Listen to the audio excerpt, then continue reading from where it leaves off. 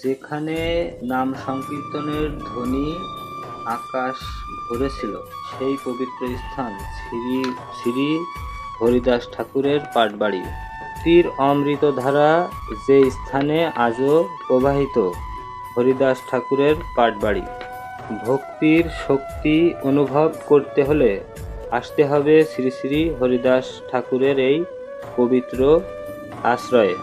ভগবান কষ্ট তো তাকেই বেশি দেন, যিনি সৎ পথে চলে, যিনি বিনা স্বার্থে মানুষকে ভালোবাসে আর নিজের কথা না ভেবে অন্যের জনের কথা বেশি ভাবে, যিনি মানুষকে না ঠকিয়ে নিজেই ঠকে যায়, তাকেই তো ভগবান বেশি কষ্ট দেন। কারণ তিনি পরীক্ষা করেন কে কত কষ্ট সহ্য করতে পারেন। কি আজব, তাই না?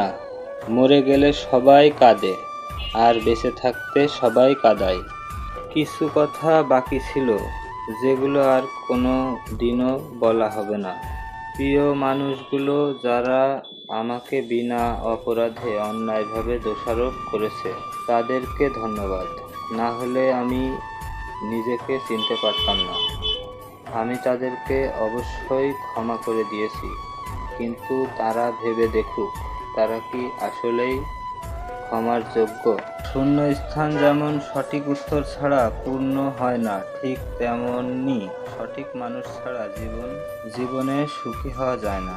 যোগাযোগ থাকুক বা না থাকুক, কিছু প্রিয় মানুষ সব সময় প্রিয়ই থাকবে, আকাশের তারার মতো থাকবে, দেখা যাবে কিন্তু ছোঁয়া যাবে না। নিজেকে নিজের মতো করে তৈরি করো, অন্যের মতো নয়। তেমন হলে সৃষ্টিকর্তা সবাইকে একই বানাতেন। প্রত্যেককে তিনি আলাদা আলাদা গুণ দিয়েছেন, তাই নিজেকে অন্যের মতো তৈরি না করে নিজের সেই গুণটাকেই প্রতিষ্ঠিত করো। এই যে সময়টা যাচ্ছে, এটা খারাপ সময় নয়, এটাই জীবন। বিনা কারণে যখন দেখবেন আপনার শত্রু বেড়ে গেছে, তাহলে বুঝবেন আপনি একজন সফল মানুষ।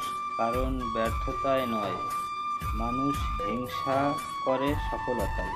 জীবনে সব ধরনের মানুষ প্রয়োজন আছে। কেউ তোমাকে পরীক্ষা করবে, কেউ তোমাকে শিক্ষা দেবে, কেউ তোমাকে ব্যবহার করবে, কেউ বা তোমাকে বেঁচে থাকার প্রকৃত অর্থ বলে দেবে।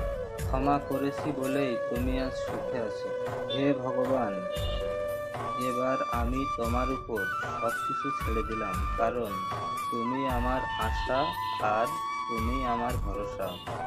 ভগবান, আমরা শুধু মিছেই মানুষকে কষ্ট দিয়ে থাকি।